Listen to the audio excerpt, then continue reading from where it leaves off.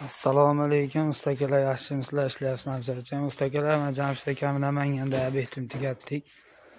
Bu obyektimiz 145 kvadrat. Oq-qora bo'ldi, tumbalarini travertin qildik, taglari qora mramor. Atkoslarini tiyagalari bor ekan, ranglab, lahlab qo'ydik. Bu ayvonning ichki tomoni. Ish jarayonlari xudo xohlasa tugatdik, lahlab bo'ldik.